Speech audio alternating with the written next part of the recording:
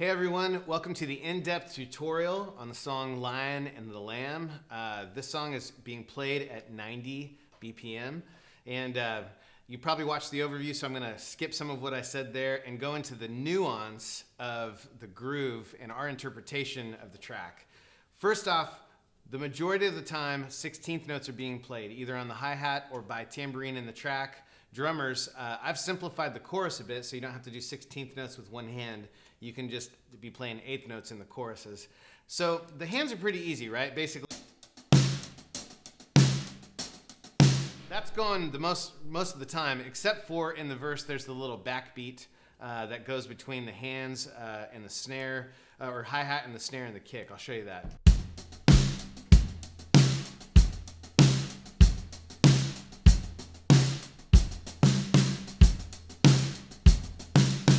So you'll notice that my hands never really change. They're always doing 16th notes. It's just sometimes my right hand's on the snare, sometimes my left hand's on the snare.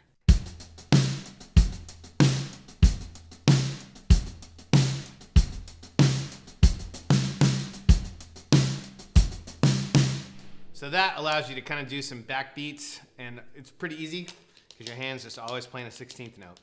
The challenge on the song really comes down to the integration of kick patterns with your hand patterns, and those are things to really be practicing as you listen to the track and listen to the detailed nuance. In the intro, there's a basic kick pattern that goes like this.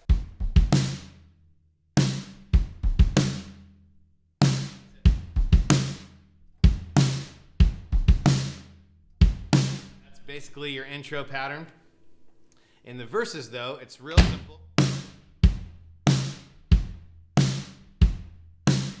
Except for the backbeat.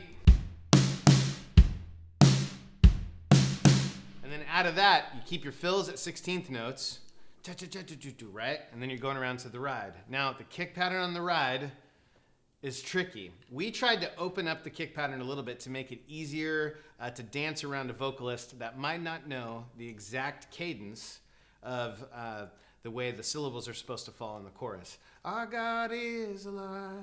The line and the line, right? All that stuff is kind of like scattered and sort of falls in between the cracks of the kick drum. So check it out. This is the chorus pattern.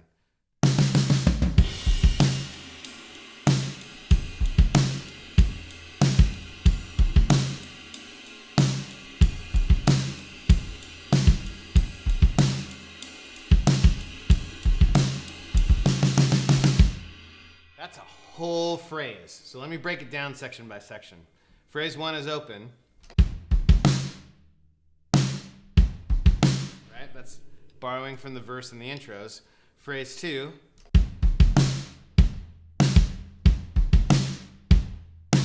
Right? Put those together.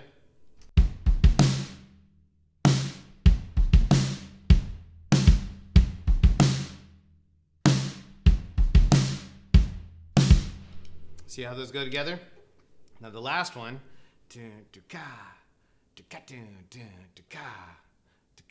hit that.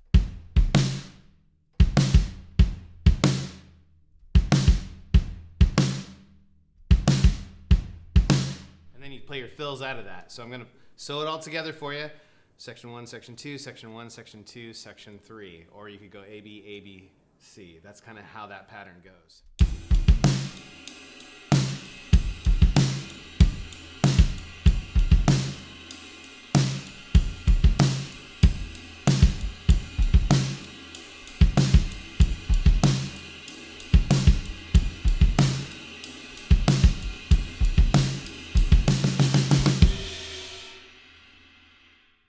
So you can see how all those parts play out together in the play along. But the other section of the song that I want to address is the dynamic sections of the song where you've got like your first chorus is down and then you have the B section of the first chorus. It's a basic offbeat on the ride with a kick thing, kind of a kick pattern that mimics the chorus. But I will say you don't have to do the offbeat on the ride. We'll play it like this.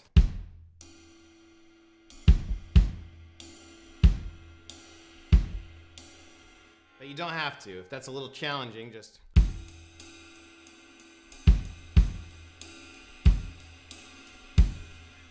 keep it easy. You don't necessarily have to be fancy with the offbeat. That is your discretion.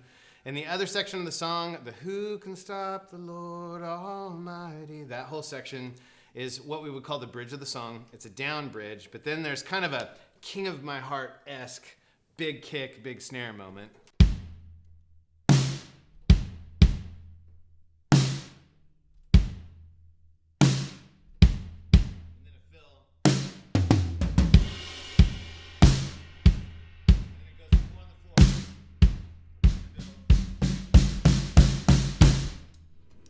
It's basically how it rolls. It's the kick groove to a 4 on the floor, and then you're building your toms, all very basic. The challenge in this song is that kick pattern and the way it integrates with 16th notes on your hand and the backbeats on the snares. I highly suggest you practice this song. It's a blast to play when you get it down, especially if your leg doesn't cramp up like mine does. I swear, I was totally cramping up during the play-along. I'm not even kidding.